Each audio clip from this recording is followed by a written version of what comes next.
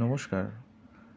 প্রকৃতির কিছু জানা অজানা তথ্য নিয়ে আপনাদের সামনে তুলে ধরার চেষ্টা করছি। আমি কৌশিক দ্য নেচার লাভার চ্যানেলে আপনাদেরকে স্বাগত। স্ক্রিনে যে গাছটিকে দেখছেন আপনারা, এটি শ্বেত আকন্দ। আদিকাল থেকেই মানবদেহের নানা রোগের চিকিৎসায় ব্যবহার হয়ে আসছে আকন্দ ভেষজ উদ্ভিদ হিসাবে। আকন্দ এক প্রকার ঔষধি গাছ। এটি একটি বহুবর্ষজীবী উদ্ভিদ। এর বৈজ্ঞানিক নেম কেলোট্রপিস গাইগেন্টিয়া। এই গাছটি রয়েছে বিশেষ ঔষধি গুণ। অঞ্চলভেদে এই গাছের নাম কিন্তু ভিন্ন।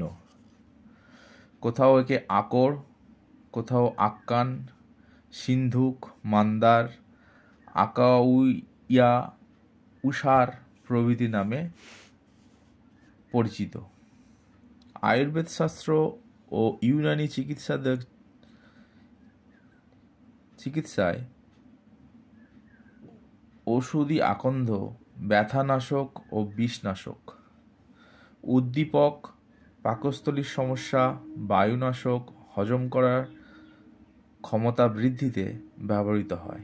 এছাড়া প্লীহা, দাঁত, অর্শ, কৃমির সমস্যায় ও শ্বাসকষ্টের মতো বহু রোগের ব্যবহার হয়।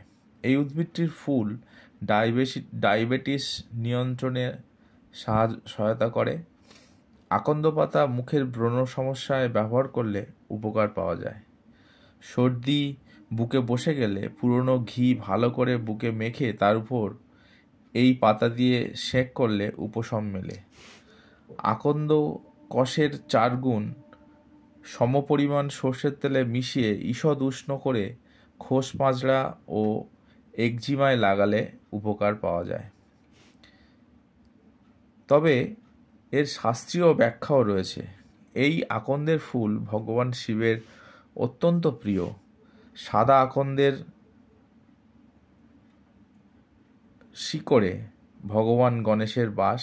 কথিত আছে গুরুপুষ্য নক্ষত্রে ওই শ্বেত আকন্দের শিকড় তুলে সিঁদুর মাখিয়ে গণেশ রূপে পূজা করলে সমস্ত ধরনের বাস্তুদোষ কাটে, দরিদ্রতা নাশ হয়, কালাজাদু নাশ হয়।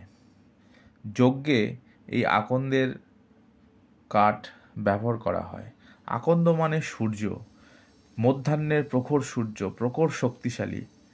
বন্ধুরা, আমার এই চেষ্টা বা প্রয়াস আপনাদের যদি ভালো লেগে থাকে তাহলে আমার এই চ্যানেলটাকে সাবস্ক্রাইব করুন, বেল নোটিফিকেশান অন করে দিন যাতে সমস্ত ভিডিও সবার আগে আপনাদের কাছে পৌঁছায়, ও বন্ধুদের মধ্যে শেয়ার করে দিন যাতে